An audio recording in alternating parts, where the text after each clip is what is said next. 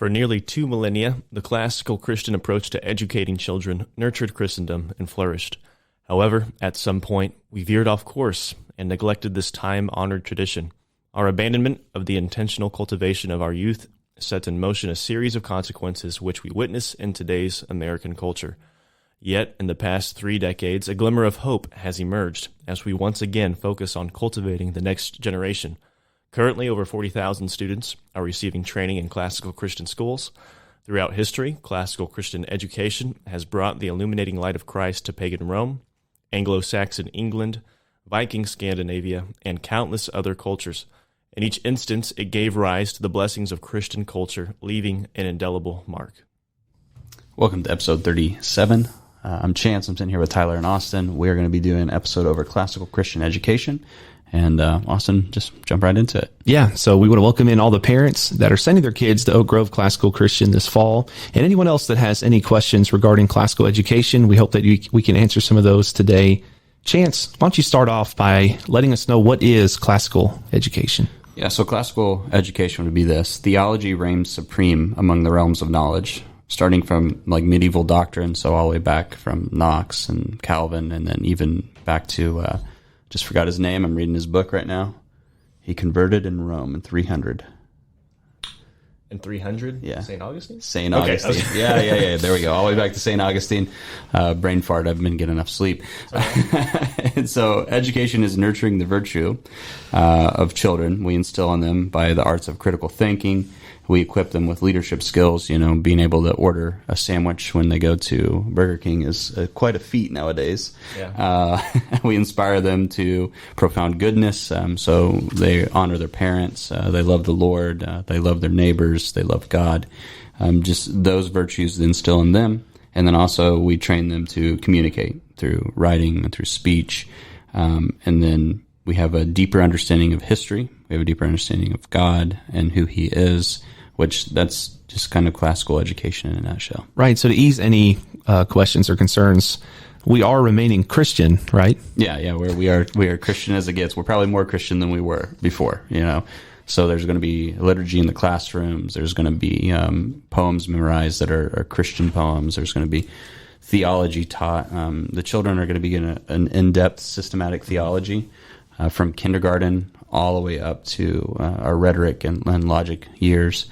And so the school is going to look like a Christian school. It's just not going to just look like a prep school where you're going for high ACTs. So Yeah. So is there a lot of focus on grammar, you said, and speech and stuff like that? Yeah. So this year, as we transition from the Abeka model, what we're going to be doing is transitioning certain things in. Like this year, we're introducing art, and then we're introducing theater, which I think is a big part of classical Christian education. We already have a boxing program that's in the evenings, and then what we're introducing in the 3rd grade is Latin, which it's going to be cracking Latin. That's the name of it. And so introducing them to a robust understanding of Latin opens up a lot of doors, whether it's the medical field, military field, or just understanding your English better, because Latin, I believe, is the derivative of about 80% of the English language. Mm-hmm. It also opens up to the love languages like Spanish, French, all these other things that we're going to need as American culture transitions from being a predominantly English-speaking culture to having a lot of Spanish-speaking here. It's going to be something that our students need in the future. Especially if they're going to be leaders in society. Yeah. Absolutely. And so this is opening up a realm. Even in law school, Latin is used a lot as well. So what we're trying to do and even in politics and things like that, we're trying to educate them to be future leaders in all these areas, whether it's a doctor, lawyer, politician, janitor, car mechanic. We want them to be educated. That's great. Well, as a parent, I have 2 girls, Grace and Natalie. Grace is an artist, and that's one of the gifts she has. So I'm super excited about the art program. And then also Natalie's like our reader. And when you said theater, she got super excited about that. So for the parents listening, the children have a lot more extracurricular activities, more things to help train and nurture them, which I think is awesome. Yeah. And this year, Miss Vicky is going to be introducing the Chronicles of Narnia. So that's going to be our theater for the year. And how you guys get involved with that is we're going to be setting up where what Miss Vicky needs, we'll be able to give her for theater, but also instead of having the Christmas program, we're going to have Christmas theater. And so it's going to be a fancy dinner, where you can bring your family to, and then the students in the school are going to be serving those who are sitting down, getting the dinner. And it's going to be, I can't wait for it. Like I'm giddy about that. Yeah. So you mentioned setting them up with a worldview. You said we're probably going to be more Christian now than in the past, but it doesn't mean that we just only read the Bible in our classes, but it means that we can approach secular works or classical works, and we can approach them with a Christian perspective. And that's what we should do with everything. Like if you're listening to music, you should be able to realize what's true in it, because we have an actual worldview that can support that. And we want to teach the kids, I think, to be able to do that with their lives. When they're interacting with society, they can tell them what's right and wrong because they have the right worldview to support that. Yeah. And so Proverbs says the beginning of knowledge is the fear of the Lord. And so fearing the Lord is having reverence towards God, but also it's having this holy fear. If God can do what he pleases, I mean, he could strike us dead right now.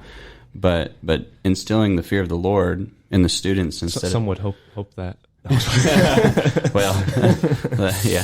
Instilling the fear of the Lord in the students, what that is going to entail is when they come home, they're going to know, because they fear the Lord, they're going to honor their parents. Yeah. They're going to honor their teachers. I think that's great. It's not just the kids won't say, well, I don't do that because so-and-so said. They'll actually have a knowledge of why that is wrong. Yeah. A biblical worldview of why this is right. Yeah. And all about you all, but growing up, it was just answering things in that way. Well, I don't do that because my pastor said so. Yeah. But I think classical education will train them to really know the whys. Yeah. And that's the part of having a well-trained mind is that your mind is not just bound by legalistic dogma, but it's bound by Christ. It's bound by the Scripture. And I know sometimes, like those who are Baptists who listen to this, we're going to train the children like they're converted, like they're Christians. And so hoping that the gospel takes root. And that is our goal, is to have a foundation of the gospel in the hearts of the children so it takes root, so they can go withstand what the world and the culture is giving them right now. And that's something we need parents to be on board with. Right. Because I know that your parent, maybe you're just saying them to the school because you want them to have a good education, but we want you to understand that can't happen apart from a knowledge of God and fearing Him. But what other reasons do you think, why else is a Christian education needed today? What other issues might they be facing? Well, I mean, this is a hot topic in society right now. You go to a public school and they're introducing sex education at lower and lower years. They're introducing, I forget if it's Vermont, some upstate up north, that introduced where if a child says they identify as something, the teacher can actually encourage them to transition. Apart from their parents' knowledge. You have drag queen story hours. They're introducing the children to all this debauchery, right? And so what we're going to do as classical Christian educators, we're going to introduce them what is good, what is lovely, what is perfect, what is just. And so why do we need a classical Christian education? It's because the state is failing in the education realm, and the church has always educated the future leaders. And it was over the last 80 to 100 years where the church is like, that's the state's issue. And now it's time to, like, if you say you love Christ, you say you love your children, you have to protect them from the tranny hour at school. Yeah. I mean, and it's crazy to say that. You wouldn't say that 10 years ago. Yeah. In the quote at the beginning, we mentioned how the light of Christianity in general, but a Christian education left a mark on societies in the past.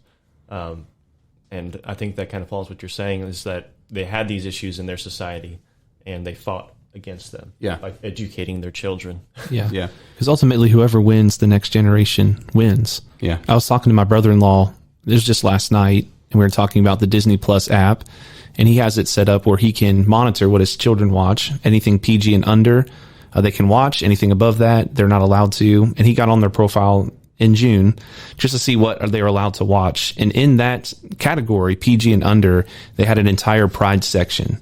So they're trying to reach the next generation. Yeah. So the next generation needs to understand biblical truth of why that is wrong, because they're trying to get reached. Yeah. Yeah. And to the parents that are listening, like, they're coming after your children. Exactly. And so what better place to put them in school is to where they're going to be guarded. They're going to be taught what is lovely, what is good, what is honorable, and they're going to be taught to fear the Lord, and not this culture, because you're gonna have to raise children that have backbones of steel. Yeah. Because the culture is going to come after them. Yeah. And to Tyler's point earlier, it has to be the parents on board. Yeah. So it can't just be the school and then at home the kids are free reign to do whatever they want. We still pray and hope that the men of the homes lead their family in family worship and are supporting what's going on here at the school. Right. And if parents need help, like, just learning about this has encouraged me myself to personally further my own education. Yeah. Like reading books and just engaging my interests. You know, it's just exciting. And it's good for parents to also, like, educate yourselves. Yeah. And you should constantly be learning more and setting a standard for your kids. Yeah. And if you need help with that, we've got resources, we've got ways to help you.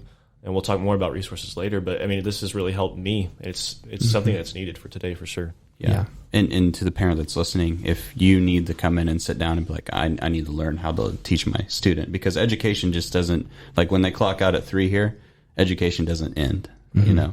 And so they're looking at you, mom. They're looking at you, dad. You know, get plugged into a local church, get plugged into those areas where it's going to solidify their Christian education.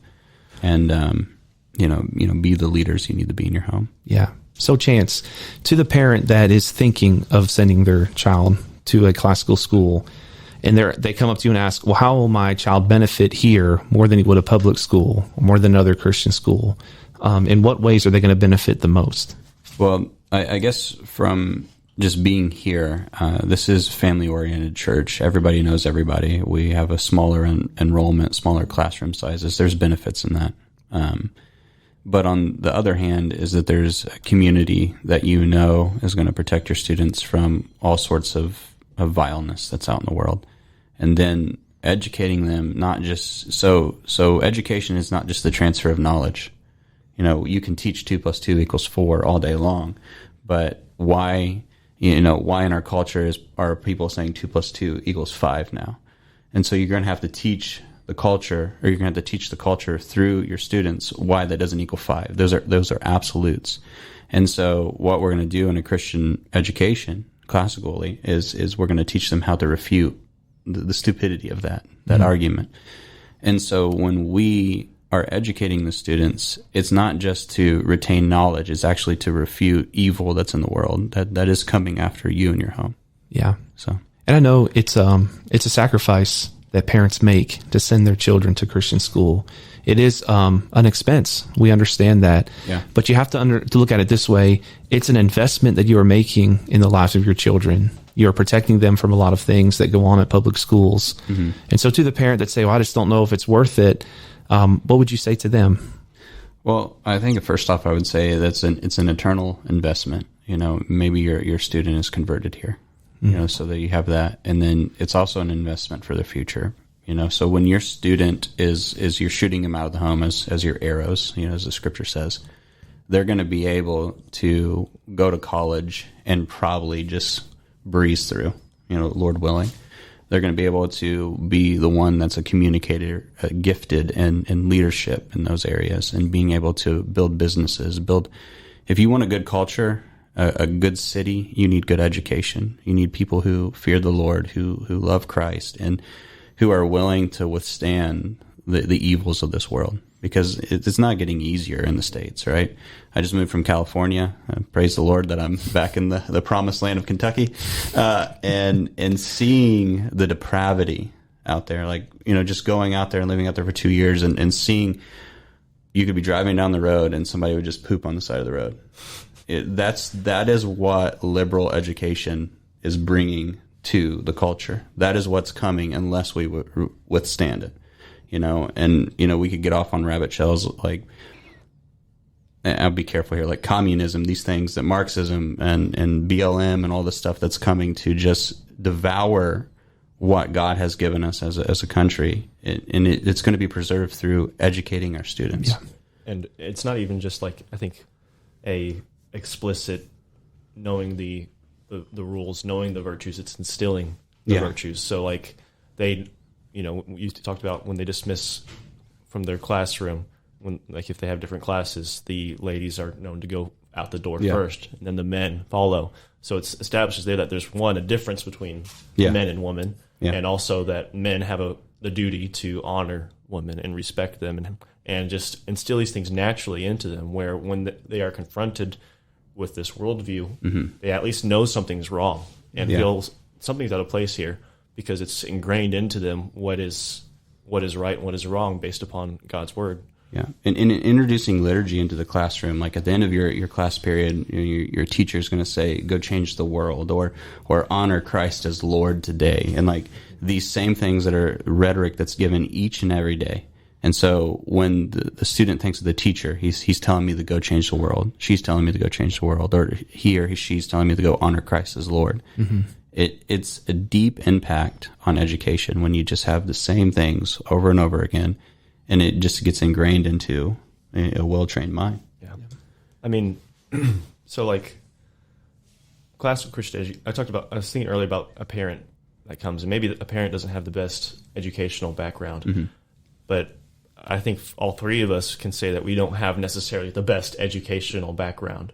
The point is to instill something in there where they have a desire to learn more. Yeah. And even, it doesn't matter, even now, parent, if you're, in your midlife and you feel like you aren't well educated, and you should still have that desire instilled within you now, and you still have that opportunity to learn more and study more. And that's the point, is putting into them a love for learning. Yeah. And you have the thing like Lost Arts of Learning. Like if you want to get that book and you want to read it, and that's it. The Lost Art of Learning is to give children a deep desire to learn, to love learning. And when you have a child that loves learning, like, going through and educating the boys in the boys' home, we got some children that were illiterate. They were in 3rd or 4th grade, couldn't read. And within 6 months, they're reading at like a 9th grade reading level because they loved learning, and they just flew through it. And they're like, "Give me more," and we would order book sets, and it'd be like a week and a half later and they're done with them. And I was like, y'all need to slow down because we don't have money to order all these book sets. And so when you instill this love for learning, it trickles down from the teacher who has a love for learning to the student who has a love for learning, and then to a parent who has a love for learning. Yeah. And we have zero excuse anymore. We have Google at our fingertips. Like if you want to learn something, you want to learn to be a mechanic, go to YouTube, go to Google. And so you as a parent, I would say you're required by the Lord to train your children. Not just send them to school, but to instill in them a deep love for learning. Yeah. So, how is it that our school is going to become a classical Christian school? What is your goal for this next year to instill certain things into our classrooms? Yeah. So we have a 5-year plan, and it's set up. The first year is to introduce Latin to 3rd grade. And then Latin will follow that 3rd grade class all the way to their 12th grade. And so we'll start training every one of our teachers in Latin each year. So Amy's going to be in there training them for that. And then introducing the arts, theater, art. Eventually we want to get cross country. Eventually we want to get these physical sports such as volleyball and those things. But when we do have boxing too. Tyler's over here airboxing, which is the most classical sport you can get. So when you see the school, it's going to take time. There's an old term: Rome wasn't built in a day. So a classical school is not going to be built in a day. Some changes you're going to see is uniformity. Some of the changes you're going to see is structure, and dismissal, things like that. Some changes you're going to see is structure in the classroom, like Tyler spoke earlier and said, when the teacher is dismissing the classroom, the ladies are going to go first, and the men are going to follow, because it's instilling them respect towards women, and it's also giving a distinguishing fact between their biology, and so as we transition, there are going to be things that you're going to look at and be like, oh, well, that's a better way that looks. Or you're going to think, why are they doing it that way? But there's going to be a reason behind that. And then with open assembly, we're going to have rhetoric. So rhetoric is at the beginning of the day. We're going to pray together as a school. We're going to sing a song or psalm together as a school. And then one teacher that day is going to be called on to quote what they've been memorizing. Their class. Yeah. Okay. Yeah, their class. The teacher. Not the teacher. She's going to stand up and just start quoting the entire book of Genesis. So there's going to be, in doing this, in the philosophy of learning, why you call on that teacher is because as the headmaster, I can see if that teacher's doing their job. Mm-hmm. Right? And so as parents can also stay in open assembly and see that as well, so they know what they're paying for, they're getting an education. Yeah. And so these are just some changes that are slowly going to come, but it's going to take about 5 years to get there. And of course, think about what that does for students if they are memorizing things and learning how to say them confidently in front of others. Yeah, that's what you talked about, ordering a burger. Yeah, so I remember when it was my responsibility to wait on somebody, or to help somebody at a drive-through. Yeah, learning how to speak up. Yeah, and let that guy hear you. Things like that. Mm-hmm. Just basics that help someone in life. Yeah. Then also our chapel services on Thursday. Mm-hmm. We'll have, of course, the catechisms, but also having classes at that time present different things. Mm-hmm. Then have the uniformity. I know you're going to bring that up here in a little bit, where it's not just a bunch of random stuff going on all at once, but to have the kids in uniform, mm-hmm. everything in order. It's going to look a lot better, not just for the look, but it also helps the kids have structure. And I think that's important. Yeah, I mean, everything should be done decently in order. I mean, mm-hmm. we should have some sort of purpose, right? And so when you remove uniformity, when you remove uniforms, and you're always talking about individualism, it produces what our postmodern culture is producing, is like, I want to be an individual. I can establish my own truth. Yeah. Yeah. I can make my own truth. I can make my own look. And then when they go off into the workforce, they're trying to be these individuals in the workforce. And this is why people don't stay long at jobs, is because they're like, well, they didn't treat me right because I feel this way. Now, we want to establish people who they can put on their uniforms, they can go to work, and as a military community, most of our military men and women understand this. If you don't put on a uniform for Uncle Sam, what happens? You get court-martialed, right? And so it's instilling these things that they're going to have to do when they get older. Yeah. We have dress code. And you can't be always this individual, I don't know, my truth is my truth, and you're this fluid, just flowing through life and choosing today I'm this, today I'm that. And so it's going to be grounded. Yeah. We're plugging them into the truth and grounding them to Christ, Yeah. Well, last week we had the opportunity to sit down with a headmaster of a classical Christian school. We had to ask him some questions, which was wonderful. But how do we transition a Christian school that is heavily Abeka to a classical model? And the reason I ask you that is because we've been really working on that this summer where you have chance. And so maybe there are some other school administrators listening to this podcast and say, you know what, that sounds like something we need to look into. Yeah. So how do you go about transitioning? Slow and steady. If you throw everything at the teachers, they're going to get overwhelmed. If you introduce things slowly into the curriculum, it's better. Some people have a different opinion on this. They say completely throw out all of Abeka and just go straight to classical stuff. I'm not that way because I've been in the classroom, I've taught, and I know what our teachers can handle. So if you have a pulse on your school, and even Abeka is above public school, of course. Oh yeah, Abeka is wonderful for grammar, for math, and then history and science. They're a little lacking. Depends on the teacher, probably, with those. Yeah. But in the classical model, history and science, if you love history and science, you're going to instill that in your students. And so I think a lot of times when we think about transitioning from classical, from Abeka, or from some other, Bob Jones Press, whatever it is, if your teacher has a love for science, a love for history, they're going to already bring the classical approach to it. When we say lacking in science, when we say lacking in history, this doesn't mean it's a bad program. What it means is it's not as vast as the classical education, because you're going to start all the way back in ancient Egypt and you're going to slowly, monotonously like work through all these things.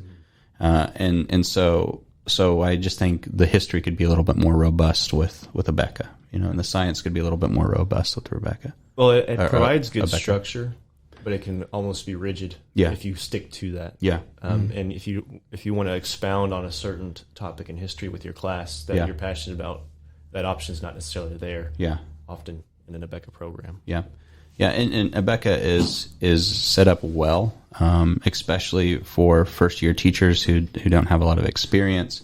You can work through it, and then it brings as we're going through and as we're building our staff and we're retaining our staff. We're not going for turnover anymore. Our goal is to keep a solid staff for 20, 30 years, and build a school that loves the Lord, that loves their neighbor, that loves their students, and is instilling not just knowledge but virtue. So there's my rabbit trail. Okay, well that's good.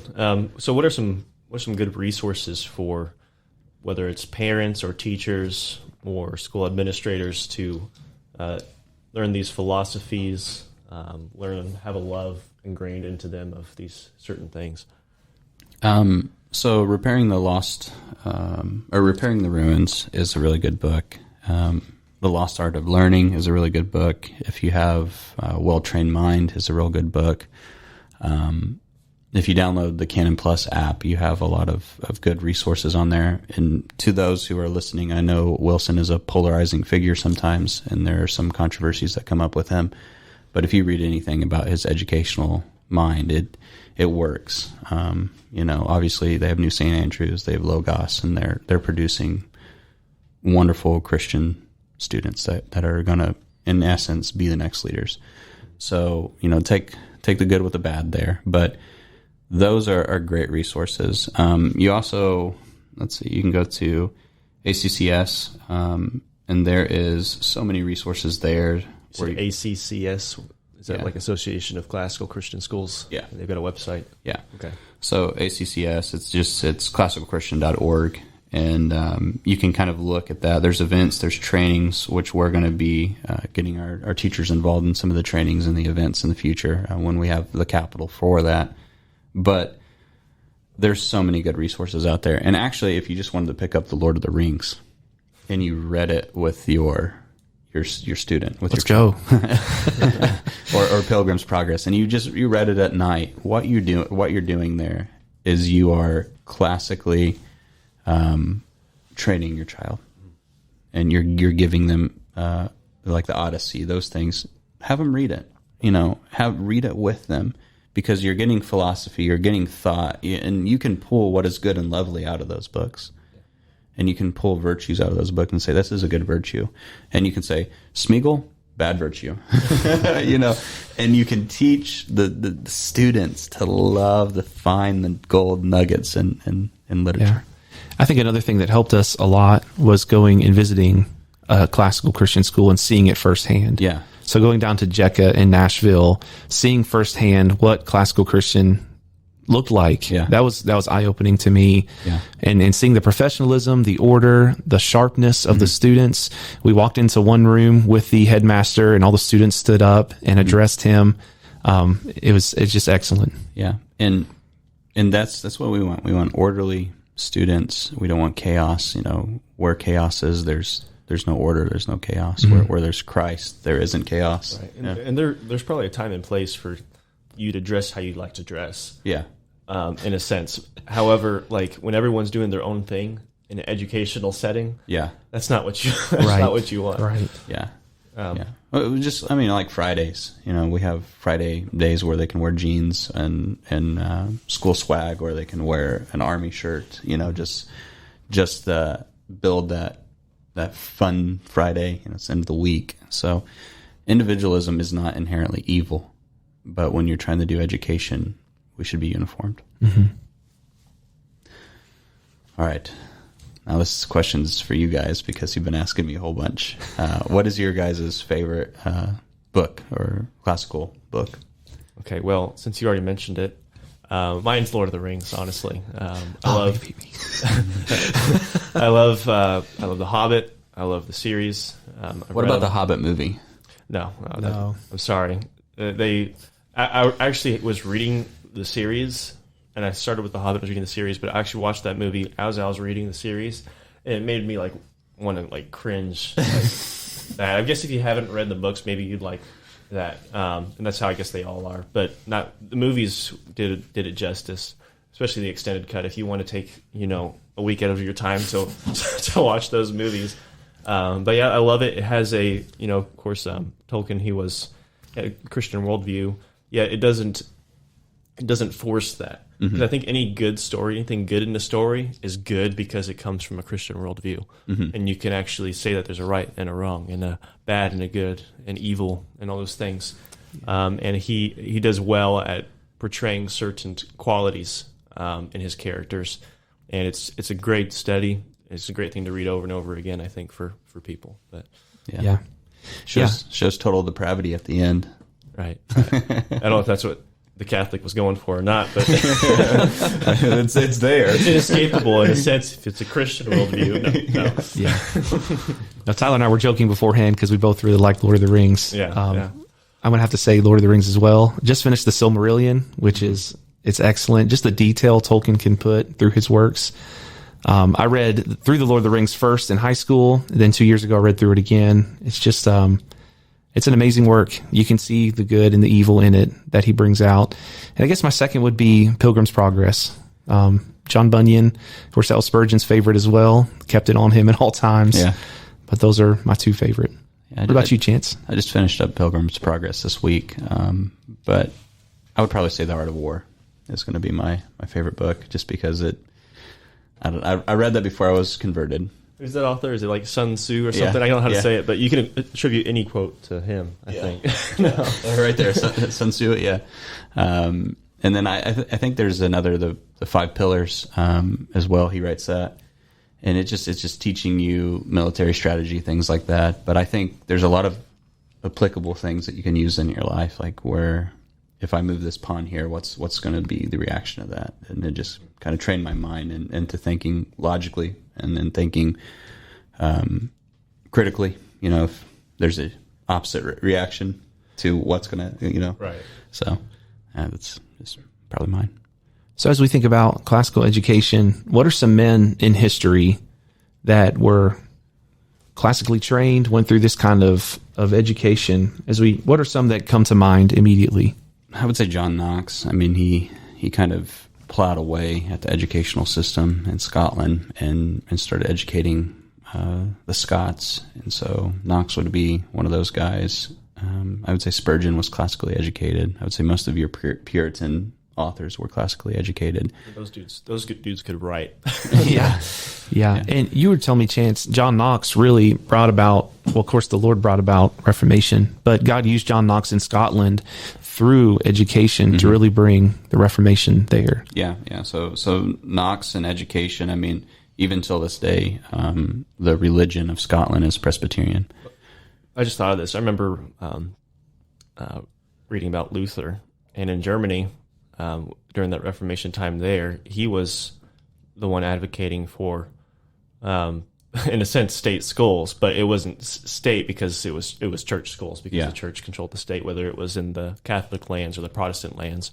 But in his lands, he was promoting that the church needs to educate the children and provide this. Yeah.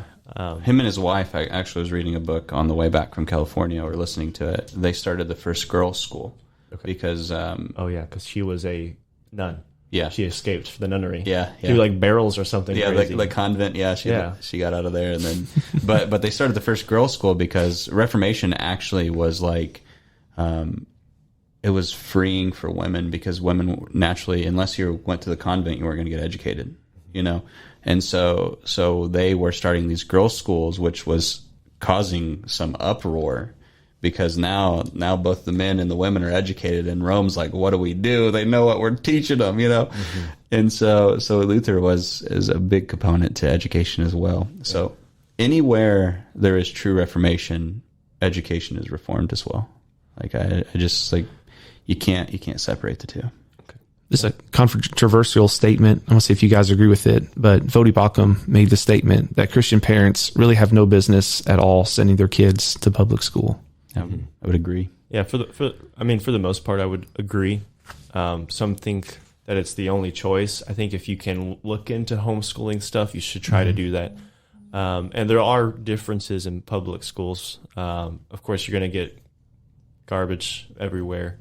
But for example, my senior year, I went to public school, and when I was in private school my whole life. I went to public school, and it didn't benefit me at all because I wasn't in there.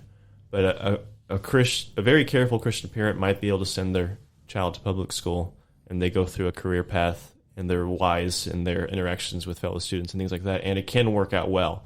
But I think you're almost like playing Russian roulette when you do that, because it can also not work out well at all. Yeah. But like for example, my brothers, when I started, they were in middle school, and they're smart. One was able to get scholarships and did well in school, and he's an engineer now. He just graduated, and one's going through USOF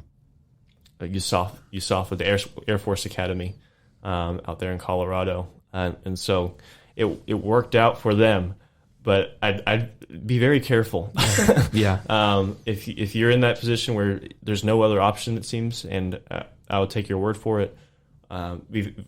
You're still the primary educator in your child's life, even if you're sending him to our school. You should still be the primary educator in your child's life. Yeah, and different states are different ways. Right, So this was exactly. Kentucky. This was backwoods Kentucky. They would pray at the school, things like that. So it was fortunate that the situation that we were in. But other places not quite so. Yeah, and when you think of like homeschool as a valid option, you can think of it this way: if you are sending your student to a private school, you're spending, like if you have 2 students here, it's $1,100 a month. That's what you're spending to send them here. And typically what happens and why students are going to school is because both parents work. So if a mom was like, I'm going to homeschool my students, and they quit working, it would probably equal out to the same monetary thing, and sometimes we sacrifice our children because we like the dollar. And that's a part of the American dream that I think that needs to die. But when we think of homeschool, it is a valid option. I would say homeschool if you can. If you don't want to, private school, and if you have no other option, public school. Right. But you can preserve your children by giving them the fear of the Lord, by teaching them to fear God and to obey Him. And I think a classical Christian school does that. And especially, so I guess I can be candid here with what I'm going to say. With coming in and seeing the state of the school last year and having to, in essence, rebrand, rebuild, and rehire. We know that those who are in the classroom are born-again believers. They love the Lord Jesus Christ, and they're going to instill godly virtues to your students because we've seen them, we know them, we've talked to them, and then they're also a part of our local body. Yeah. So that is such a flip from last year. It is. I think this is the first time in the history of the school being here where our entire staff are also members of the church. Yeah. So that's something I'm excited about. Is there any more questions? I think we've done it, but I think it'd be good to use this also as kind of like the cherry on top, is to contrast again a classical Christian education with the public school, and just to enforce that point that what are the differences? What are we getting here? Yeah, and so we're going to have a great book list, not this year, but next year. That's what I'm going to really be introducing for the reading next year. We're going to go with a Becca reading this year, but next year there's going to be so many good books your students are going to be reading. And when you think about, I went to public school all my life except for the last year. I went to a Christian school. I was converted later on. And I think about how the public school just pushed me through. And the education that I got was not good. And there was a lot that I had to learn outside of school. I mean, you can think of backgrounds. I moved a lot and things like that, so that it affected my education. But giving the state of the public school, giving the state of the nation, especially after last month when they erected their God in the White House with their flag, and then you have all these marches where the people are saying, we're coming after your children. You have to open up your eyes and you have to peel back, like, this is a reality now. Mm-hmm. And you have to put them somewhere that they're going to be safe, somewhere that they are going to be raised up in the nurture and admonition of the Lord. Yeah. And so the public school inherently isn't evil, but what is being taught there is now evil. And so we have public school educators that are in our congregation, and I understand that there is a love for public school, and I don't want to just completely, knock it out. Right. But it is your God-given role as a parent to make sure your children are protected, especially at formative years. Yeah. I think of my daughters going into third grade, going into second grade, and how formative those years can be. And those are the grades now that a lot of the LGBTQ are targeting. Mm-hmm. They're trying to make it seem normal. Mm-hmm. They're trying to have people come in and read books to them from the trans community just to try to normalize that to them. Mm-hmm. If it's normalized at first grade, their worldview is going to be shaped by that. Well, it's not really that bad, but they need to see it for what it is. And so that's just my warning when it comes to public school. Mm-hmm. Our children have always either been homeschooled when we're out in the country or in a Christian school, just because our conviction was we didn't want them to be surrounded by that. Yeah. And I think to jump in here, if financially it's hard for you, please come talk to us. Like, we'll help you out. We're not, the school is not for the money. There's really not much money to be made in a classical Christian school because it all gets spent on the teachers and the students. So we really want to give the ability for you to have the option to send your students here. And obviously there's certain rules, there's certain things that they're going to have to abide by, and just natural things. But I'm super excited about classical Christian education. This is something I'm passionate about. I was not educated well growing up, and now that I'm here and I'm reading all these books, I'm like ready to charge hell with a squirt gun on this. So, Chance, what are some ways people can find out more about Oak Grove Classical Christian? You can reach out to us via Facebook. You can go to our website. It's mbcoakgrove.org. And there's a tab that says OGCC Academy. You click on that. There's an About Me page. There's also, you can submit a form, and we'll contact you about enrollment.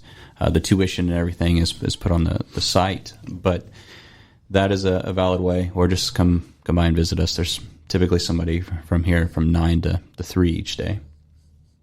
All right. Well, thank you all for tuning in. This is episode 37, Classical Christian Education. Later, guys.